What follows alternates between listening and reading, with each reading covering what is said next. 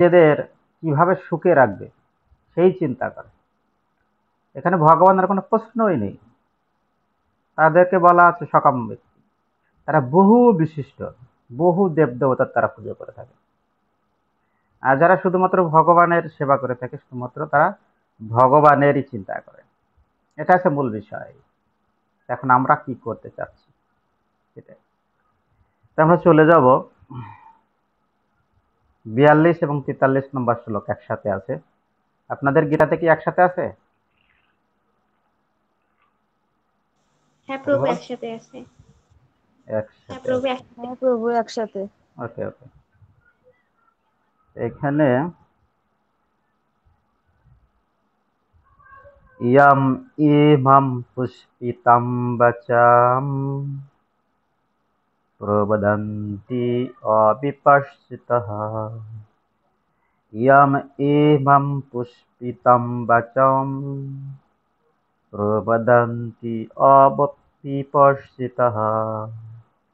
वेदवतरतः पार्थ न अन्नात् अस्ति इति वादिनः। यम इमं पुष्पितं वाचं प्रवदन्ति अविपश्चितः। वेदवतरतः पार्थ न अन्नात् अस्ति इति वादिनः।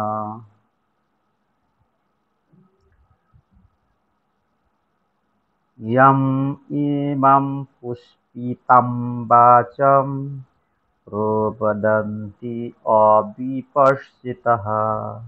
वेदवतरतः पार्थ न अन्नात् अस्ति इति वादिनः। प्रथम श्लोक क्लियर? আবার একটু বলবেন প্রভু? इयम् इयम् इमं पुष्पितं वाचं प्रवदन्ति अविपश्चितः। वेदवदरतः पार्थ न अन्नात् अस्ति इति वादिनः। क्लियर? यम হ্যাঁ প্রভু। इमं पुष्पितं वाचं प्रवदन्ति अविपश्चितः। वेदवतरतः पार्थ न अन्नात् अस्ति इति वादिनः। দ্বিতীয়টা বলছে কামাত্মানা স্বর্গপরা জন্ম কর্ম ফলম প্রদম ক্রিয়া বিশেষা বহুলাম ভোগৈশ্বর্য গতিম প্রতি। কামাত্মানা স্বর্গপরা জন্ম কর্ম ফল প্রদম ক্রিয়া বিশেষা বহুলাম ভোগৈশ্বর্য গতিম প্রতি।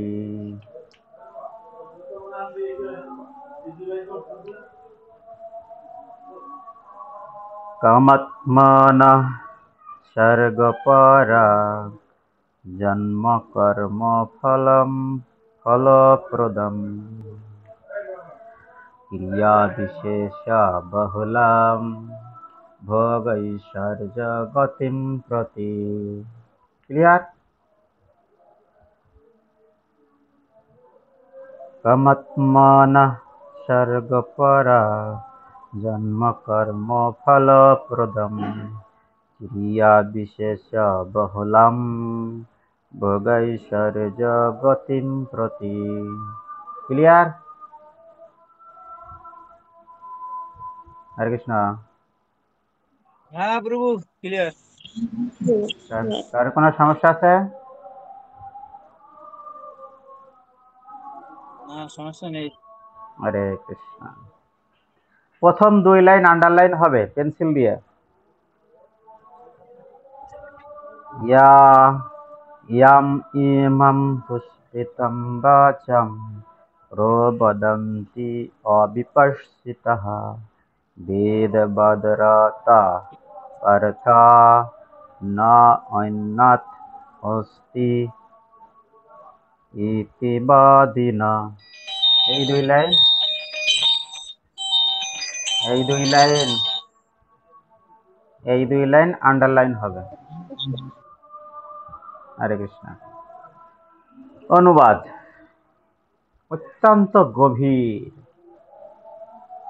বিবেক বর্জিত মানুষেরাই বেদের পুষ্পিত বাক্যে আসক্ত হয়ে স্বর্গসুখ ভোগ, উচ্চ কুলে জন্ম, ক্ষমতা লাভ আদি সকাম কর্মকেই জীবনের চরম উদ্দেশ্য বলে মনে করে। বিবেক বর্জিত, যাদের বিবেক নেই, আর সেই মানুষেরাই বেদের পুষ্পিত বাক্য। আমরা যাতে বেদকে প্রধান ধর্মগ্রন্থ মানি, এই বেদের পুষ্পিত বাক্য মানে হচ্ছে মনকে আকর্ষণ করে, এমন মনকে আকর্ষণ করে, সেটা আছে পুষ্পিত বাক্য। যেমন আমাদের অনেক ধরনের পাঠ হয়, বহু পাঠক আছে, সেই পাঠকরা বিভিন্ন ধর্মীয় আলোচনা করে, কিন্তু যে ব্যক্তি রসাত্মক কথা বলে, হাস্য রসাত্মক, যেটা মনকে আকর্ষণ করে, রোমাঞ্চকর বাক্য বললেই আমরা সাধারণ মানুষ মনে করি, ও পাঠটা খুব সুন্দর হয়েছে, মানুষজন একদম মানে আনন্দে উৎফুল্লিত হয়ে ওঠে। কিন্তু আসলে বিষয়টা হচ্ছে যে সেই বাক্যে মানুষের কোনো জ্ঞান অর্থাৎ বিবেক জাগরিত হয়েছে, না। যে পাঠে ব্যক্তির মানে মানুষের বিবেক জাগরিত না হচ্ছে, সেটা মানুষের কল্যাণে আসে না। তো এখানে বেদে যে সমস্ত বাক্য ব্যবহার করা আছে, সেইগুলো মানুষের কাছে পুষ্পিত বাক্য, রোমাঞ্চকর। তারা এই জগতে কিভাবে ভালো থাকবে, এই দুঃখময় জগতে তারা কিভাবে ভালো থাকবে, সেই বিষয়ে বিবৃতি দেওয়া আছে। যেমন আমাদের যদি অর্থ করি, টাকা পয়সা যদি না থাকে, তখন আমরা কি করতে পারি? লক্ষ্মী দেবীর পূজা করতে পারি। আমাদের যদি রোগ শোক হয়, সেই ক্ষেত্রে বিভিন্ন দেব দেবীর কাছে মানসা করতে পারি।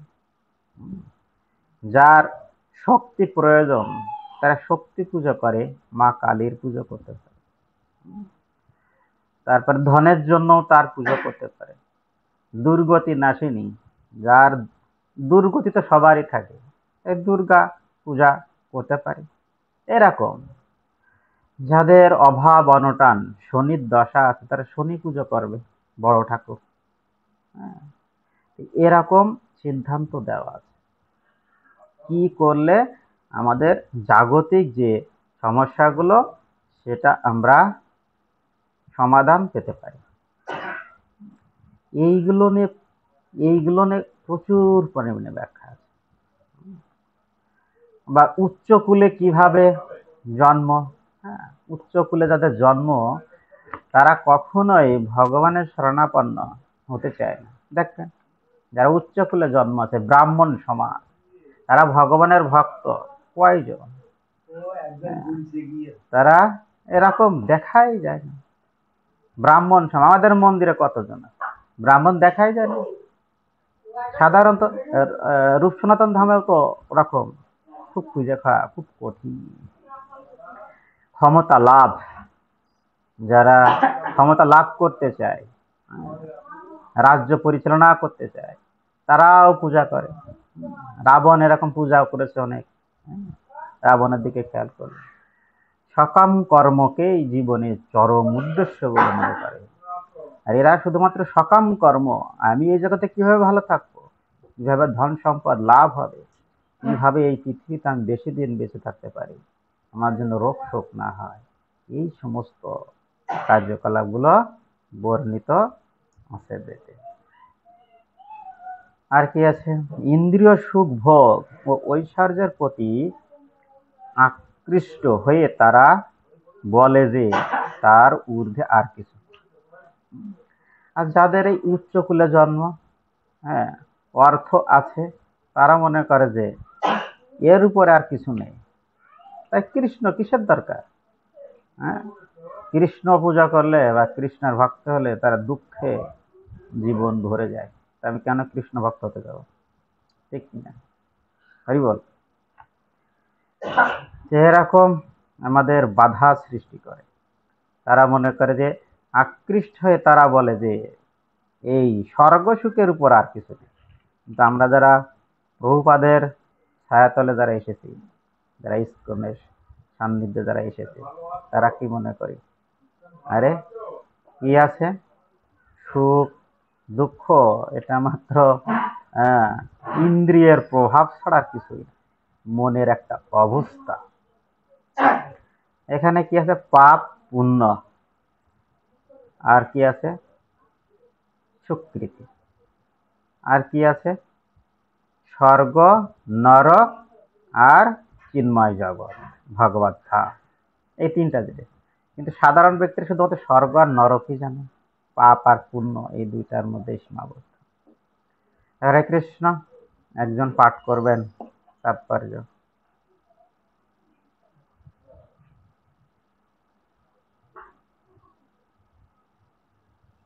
হরে কৃষ্ণ প্রভু, আমি পাঠ করি। করেন। সাধারণ মানুষ অল্প বুদ্ধি সম্পন্ন এবং তার অজ্ঞানতার ফলে তারা বেদের কর্মকাণ্ডে বর্ণিত সকাম কর্মের প্রতি বিশেষভাবে আকৃষ্ট হয়ে পড়ে।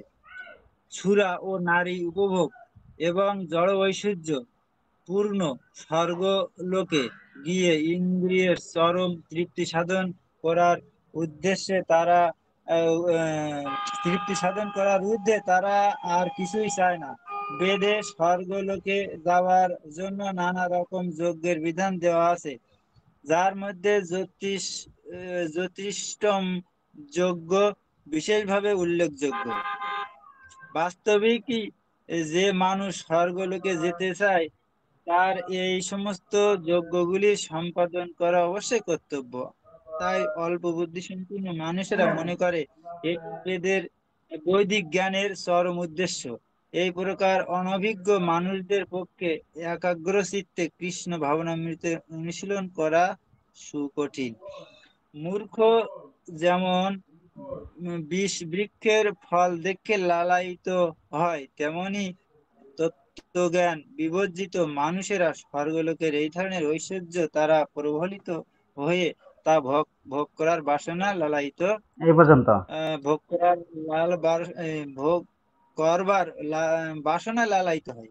এই পর্যন্ত। বেদের কর্মকাণ্ডে এই পর্যন্ত। কর্মকাণ্ডে এই পর্যন্ত। হরি বল। এই পর্যন্ত। দেখেন, বেদে শুধুমাত্র স্বর্গলোকে পৌঁছানোর জন্য অনেক সমাধান দিয়েছে, যে এই কাজ করলে স্বর্গে যাওয়া যায়, অমুক কাজ করলে স্বর্গে যাওয়া যায়। এক সময় একটা উপাখ্যান আমি শুনেছিলাম যে এরকমও আছে যে 1,00,000 যদি ছাগল বলি দেওয়া হয় তাহলে স্বর্গে যাওয়া যায়। হ্যাঁ, কিন্তু এক সময় এক মুনি ঋষির কাছে তার শিষ্য গিয়েছিল যে আমি কিভাবে স্বর্গে যেতে পারি। তখন মুনি ঋষি বলেছিল যে তুমি স্বর্গে অবশ্যই যেতে পারবে যদি 1,00,000 ছাগল তুমি যদি বলে দিতে পারো, পাঠা বলে দিতে পারো। কিন্তু এই পাঠা বলি দেওয়ার দরুন তুমি স্বর্গে অবশ্যই যেতে পারবে, কিন্তু স্বর্গের থেকে বেরিয়েই তোমাকে নরক ভোগ করা লাগবে। শুধু তাই নয়, এই 1,00,000 বার তোমার ছাগল হয়ে জন্মগ্রহণ করা লাগবে। আর এই ছাগল অর্থাৎ পাঠা এরা মনুষ্য জন্ম গ্রহণ করে তোমাকে বলি দেবে, তা বলি দেবে। এখন তুমি কি করতে চাও? তখন সেই শিষ্য বলল, আমি স্বর্গে যেতে চাই। হ্যাঁ, কৃষ্ণ ভক্তরা এরকম মূর্খতা করে না। কৃষ্ণ ভক্তরা শুধু চায় যে ভগবান শ্রীকৃষ্ণের সেবা, ভগবান শ্রীকৃষ্ণের চরণে আশ্রয়। এটা কি মূর্খতা? যে শিষ্যের যে মূর্খতা নাকি জ্ঞানীর কাজ? কে কথা বলুন? এটা কি কোনো জ্ঞানী ভক্তের কাজ নাকি হ্যাঁ প্রভু। মূর্খতা? মূর্খতা। তা আমরা যে প্রকৃত উদ্দেশ্য ভগবান শ্রীকৃষ্ণের চরণে আত্মসমর্পণ করে আমরা কোথায় ছিলাম? ছিলাম হচ্ছে ভগবত ধামে, ভগবান শ্রীকৃষ্ণ। দিন শেষে যেমন আমরা বাড়িতে ফিরে আসি, ঠিক তেমনই আমাদের উচিত ভগবান শ্রীকৃষ্ণের নিকট সমর্পণ করে তার কাছে ফিরে যাওয়া। কিন্তু এই দুঃখলয়, দুঃখময় জগতে আমরা যখন পতিত হয়েছি, আমরা ভগবানকে ভুলে গেছি। যখন ভগবানকে ভুলে গেছি, সে মায়ার দ্বারা আমরা বুঝতে পারি না কি করছি, সকাম কর্মে জড়িয়ে গেছে। সেই সকাম কর্মে জড়িয়ে যাবার ফলে আমরা এই স্বর্গকেই মনে করছি সবচেয়ে, স্বর্গ মানে সুখ। যেহেতু আমরা ভগবত ধামে ভগবান শ্রীকৃষ্ণের কাছে আনন্দে ছিলাম, তাই এই মিথ্যা সুখ, স্বর্গকে মিথ্যা সুখে মানে মিথ্যা সুখকে আসল সুখ বলে আমরা মনে করে স্বর্গে যাওয়ার জন্য লালায়িত হচ্ছে প্রতিনিয়ত। আর কেউ পাঠ করবেন পরেরতে?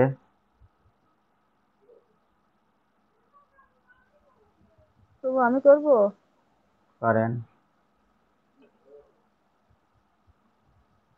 বেদের কর্মকাণ্ডে উল্লেখ আছে অপান সোম মৃত্যা অভূম। এছাড়া আরো উল্লেখ আছে অক্ষাযম ঐব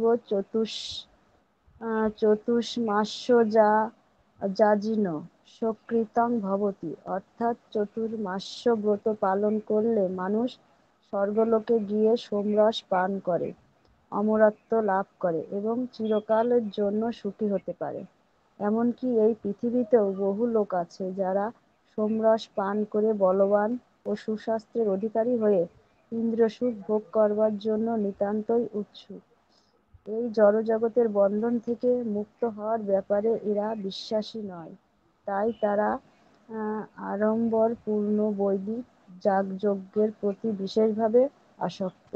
এই ধরনের মানুষেরা অত্যন্ত ইন্দ্রিয়পরায়ণ এবং তাই তারা জীবনের স্বর্গলোকের অতীত আর কোনো আনন্দকে স্বীকার করে না। কথিত আছে স্বর্গের নন্দকাননে অফুরন্ত সোমরস পান করে অপরূপা অপ্সরাদের সঙ্গ করে ইন্দ্রিয় সুখ উপভোগ করা যায়। এই প্রকার দৈহিক সুখ নিঃসন্দেহে ইন্দ্রিয় পরায়ণতা। তাই তারা এই প্রকার জাগতিক অস্থায়ী সুখের প্রতি আসক্ত হয়ে নিজেদের পার্থিব জগতের প্রভু বলে মনে করে। হরে কৃষ্ণ। এখানে হরে বলা আছে কৃষ্ণ। বেদের কর্মকাণ্ডে উল্লেখ আছে যে চাতুর্মাস্য ব্রত পালন করলে মানুষ স্বর্গলোকে গিয়ে সোমরস পান করে অমরত্ব লাভ করে। স্বর্গে গেলেই তো অমৃত পান করা লাগে, তাদের অমৃত পান করলে তারা অমর হয়ে যায়, তারা আর মরে না। আর এই সোমরস পৃথিবীতেও আছে। সোমরস মানে হচ্ছে মদিনা, মদিনা মদ যেটা। তা আমরা যারা ভক্তি জীবনে আছি তারা কিন্তু চাতুর্মাস্য ব্রত পালন করি, অনেকেই করে। তা কেউ কি চাতুর্মাস্য ব্রত পালন করছেন এমন কেউ আছেন? হরে কৃষ্ণ। চাতুর্মাস্য ব্রত পালন করছেন তো এমন কেউ এই মাস আছেন? তো পালন তো এই মাসই করছি। আমরা দামোদর মাস পালন করছে। উনি বলেন, হুম, চাতুর্মাসও যারা পালন করে তারা আছে স্বর্গ সুখ ভোগ করতে পারে। স্বর্গলোকে গিয়ে সোমরাস পান করে অমরত্ব লাভ করে, চিরকালের জন্য সুখী হতে পারে। কিন্তু এই স্বর্গের যে অমরত্ব এটা বলা আছে, এটা একটা মেয়াদ থাকে, যতদিন পূর্ণ থাকবে ততদিন স্বর্গলোকে থাকা যায়। এর আগে মৃত্যু হবে না। হুম, এর আগে ওখানেই থাকবে। পূর্ণ শেষ, তখনই তার পতিত হতে হয়। পতিত হয় কিভাবে? স্বর্গের থেকে যখন আত্মা পতিত হয় বৃষ্টির মাধ্যমে, বৃষ্টির মাধ্যমে জমিতে পতিত হয়। আর কৃষক যে বীজ বপন করে সেই বীজের মধ্যে সে আত্মা অবস্থান করে। তখন ওই ফসলের মধ্যে সে আত্মারূপ অবস্থান করে। সেই ফসল বা দেখা যাচ্ছে শাক সবজি যখন মানুষ গ্রহণ করে, ভক্ষণ করে, সেই আত্মা মানুষের মধ্যে প্রবেশ করে পরবর্তীতে মনুষ্য রূপে জন্মগ্রহণ করে। স্বর্গে, স্বর্গের থেকে যারা পতিত হয় তারা উচ্চ বংশে জন্ম হয়, উচ্চ কুলে জন্ম হয়। হ্যাঁ, তারা আছে টাকা পয়সার কোনো কি থাকে না, অভাব থাকে। এটা হচ্ছে স্বর্গে থেকে যখন পতিত হয়, যখন এই মর্তে যখন পতিত হয় চিরকাল সেখানে সুখী বলতে স্বর্গের যে মেয়াদটা যত সময় পূর্ণ থাকে ততটুকু চিরকাল চলে। এমনকি এই পৃথিবীতে বহু লোক আছে যারা সোমরাস পান করে বলবান সুস্বাস্থ্যের অধিকারে ইন্দ্রিয় সুখ ভোগ করার জন্য নিতান্তই উৎসুক। এরা উৎসুক, এরা মদও পান করে, কিন্তু তারা চাই মদ খেয়ে বলবান থাকতে, সুস্বাস্থ্যের অধিকারী। কিন্তু তাকে সম্ভব সম্ভব নয়। তারা আছে ইন্দ্রিয় সুখ ভোগ কেই একমাত্র তারা সুখ বলে মনে করে, বুঝছো? এই জড় জগতের বন্ধন থেকে মুক্ত হওয়ার ব্যাপারে তারা কখনো এসব বিশ্বাসী না। তারা মনেই করে না যে ভগবান বলে কেউ আছে। এই ধরনের মানুষেরা অত্যন্ত ইন্দ্রিয় পরায়ণ, তারা পরায়ণ, এবং তাই তারা জীবনে স্বর্গলোকে অতীত আর কিছুই আনন্দকে স্বীকার করে না। তারা স্বর্গে যেতে চায়।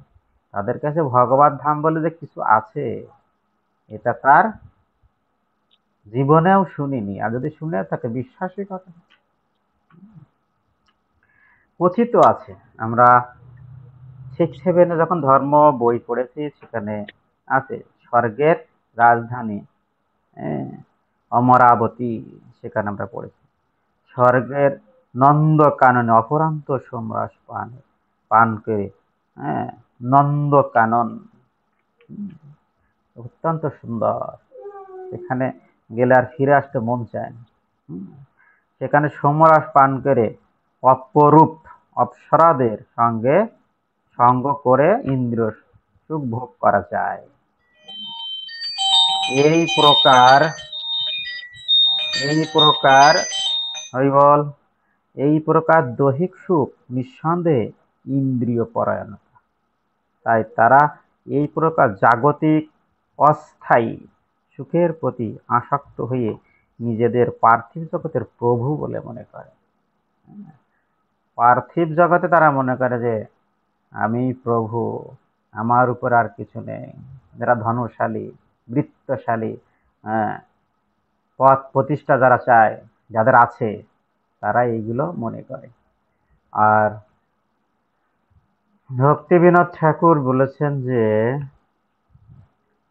এই যে উচ্চকুল ভক্তি পথের বাধা, উচ্চকুলে জন্ম, ক্ষমতা, উচ্চ শিক্ষা, হ্যাঁ, এগুলো হচ্ছে ভক্তি পথের বাধা।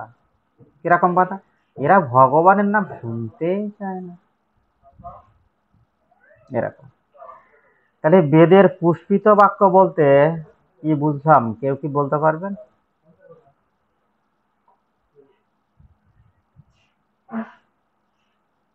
এক কথায়।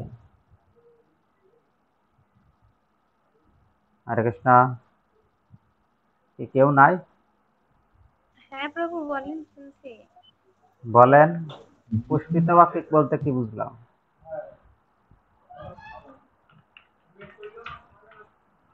হরি বল।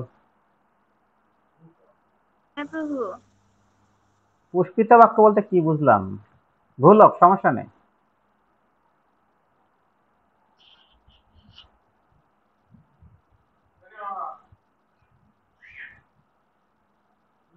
আমার ইন্দ্রিয় যেগুলো চায়, আমার মন যেগুলো চায়, সেরকম কথা বলা, এগুলো তো পুষ্পিত বাক্য। যেমন আমার মন সবসময় নিম্ন দিকেই ধাবিত হয়, আর কথাগুলো ঠিক তেমনই।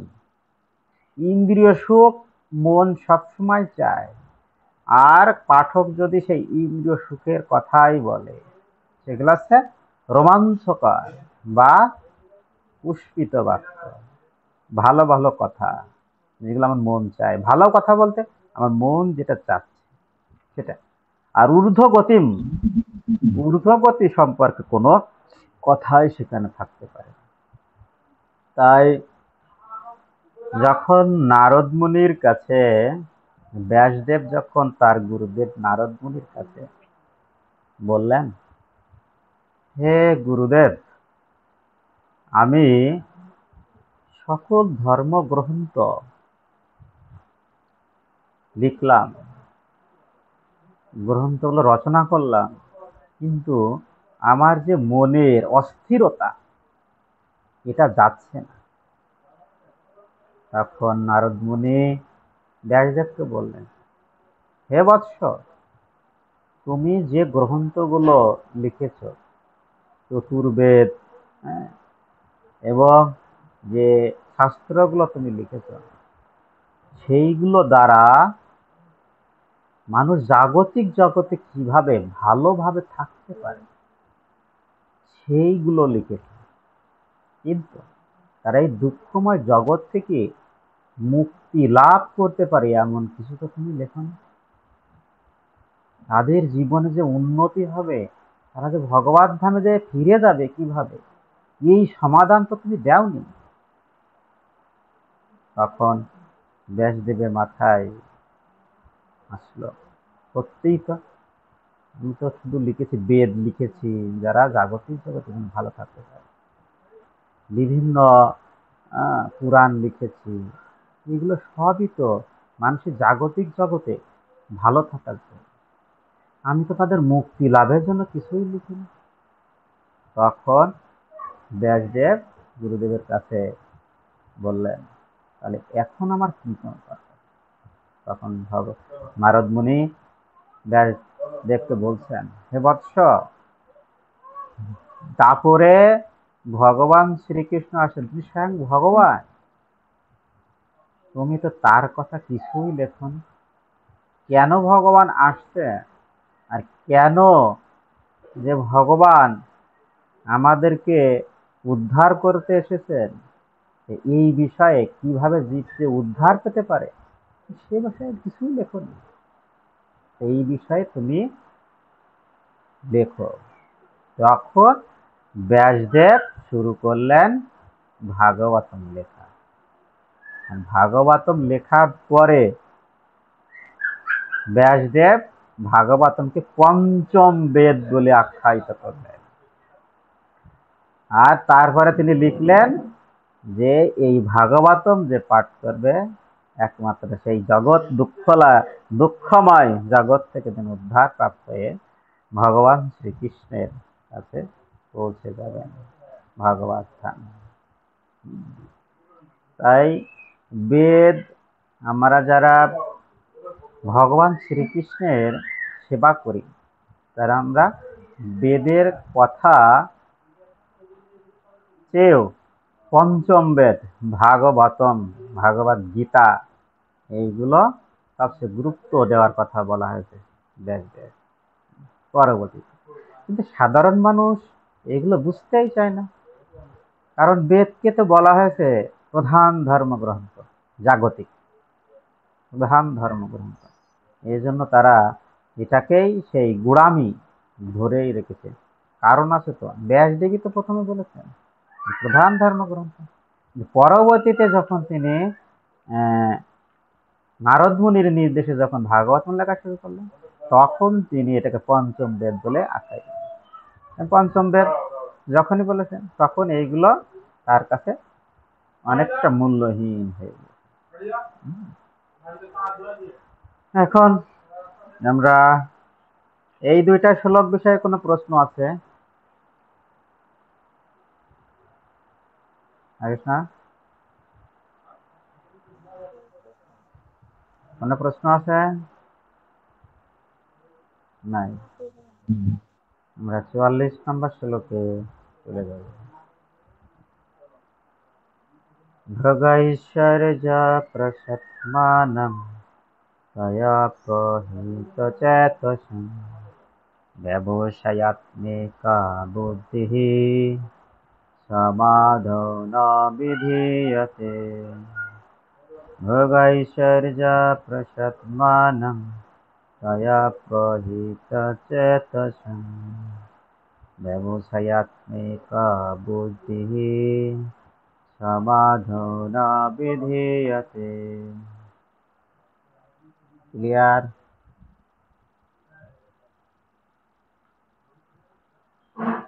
ক্লিয়ার? ভোগৈশ্বর্য প্রসক্তমন্নাম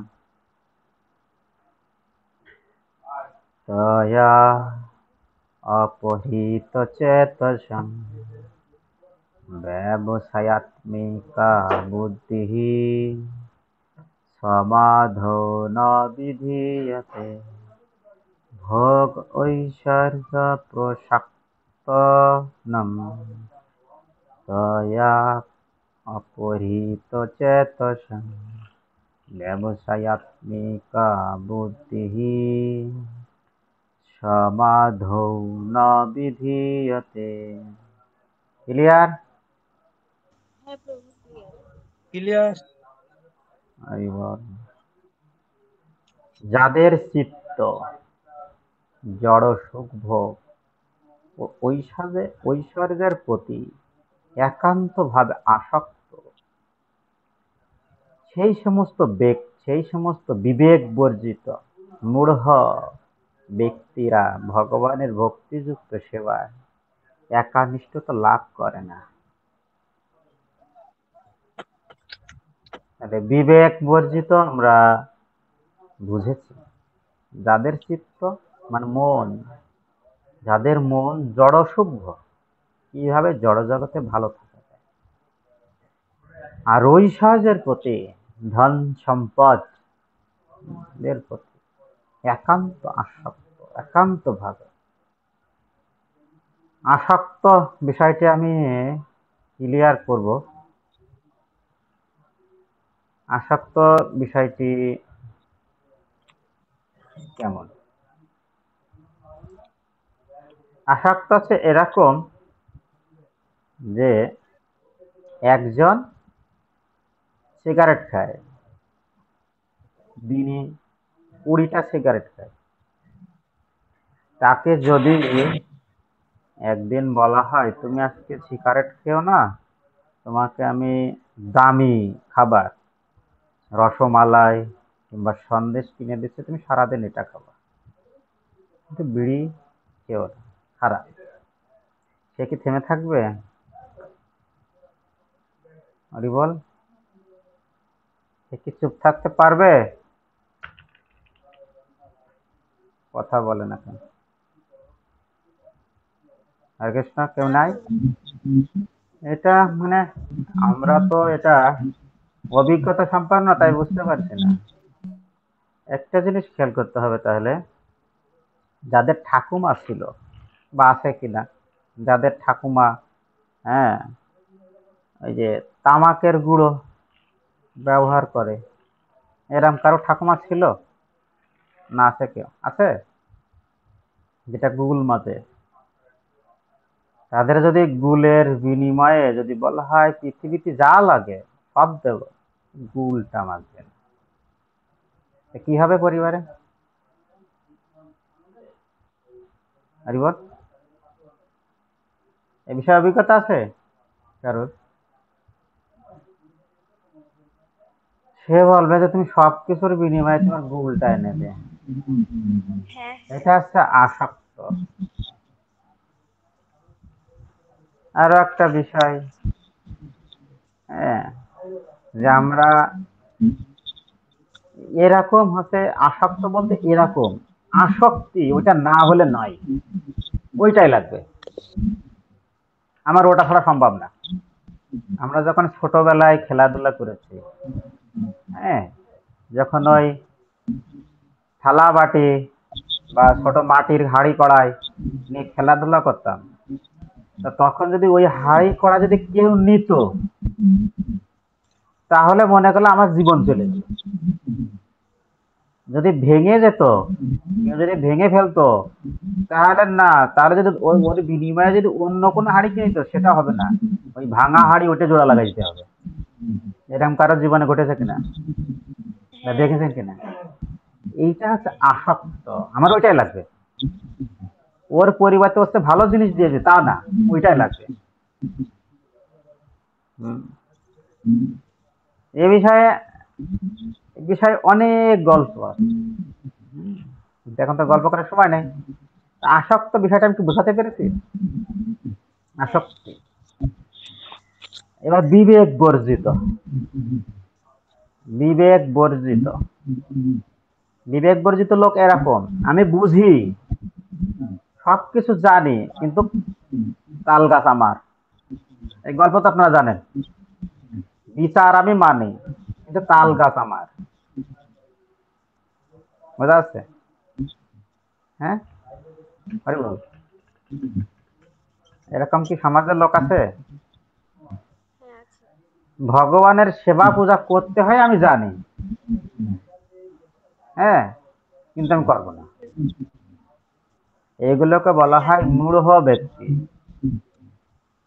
হ্যাঁ, এগুলো বলা হয় মূঢ় ব্যক্তি। সে জানে যে ভগবান বলে কেউ আছে, কিন্তু ভগবানের সেবা করা আমাদের প্রয়োজন, উচিত, কিন্তু তাকে করবে না, করবে সে বিশ্বাসই করে না, এরকম, কিন্তু জানে সে। এইগুলো হচ্ছে মূঢ় ব্যক্তি।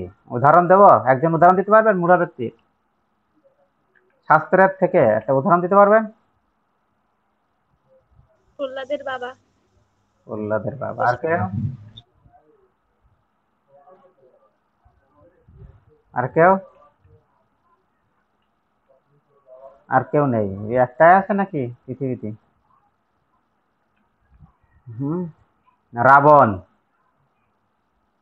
মূঢ় ব্যক্তি, শাস্ত্রের দশম শাস্ত্রের অধিকারী ছিল, দশম শাস্ত্রের জ্ঞান তার ছিল, জগাই মাধায়, মূঢ় ব্যক্তি ছিল, বিবেক বর্জিত, বিবেক থাকা সত্ত্বেও সেকে বাদ দিচ্ছে।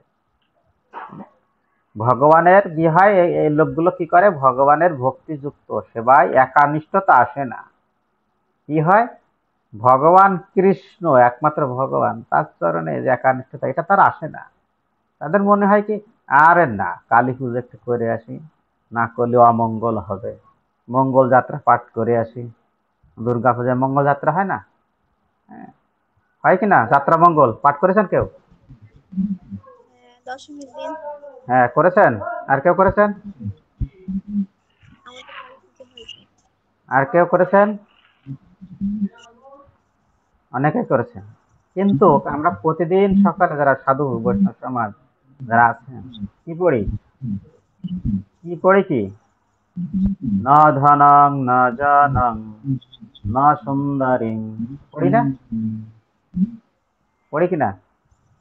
কি জন্য পড়ি? আমরা ধন চাই না, জন চাই না, সুন্দরী রমণী চাই না, কিন্তু ওখানে যে কি, ধনং দেহি পুত্রং দেহি, পড়ি না আমরা? হ্যাঁ তাহলে সকালে উঠে পড়লাম যে আমি ধন চাই নে, মান চাই নে, সুন্দরী রমণী চাই না, আর ওখানে যে কি পড়লাম, ধন দাও, সুন্দরী রমণী চাই, টাকা চাই। তাহলে কি হলো? এই জন্য সাধুরা যায় না। ঠিক আছে, বোঝা গেল? এতে কি হয়, একানিষ্ঠতা থাকলো ভগবান শ্রীকৃষ্ণের চরণে, একনিষ্ঠতা মানে একই ভক্তি থাকলো। হরে কৃষ্ণ। তা থাকলো না। থাকলো না, মহাপ্রভু থাকলো না। এটা হচ্ছে বিষয়।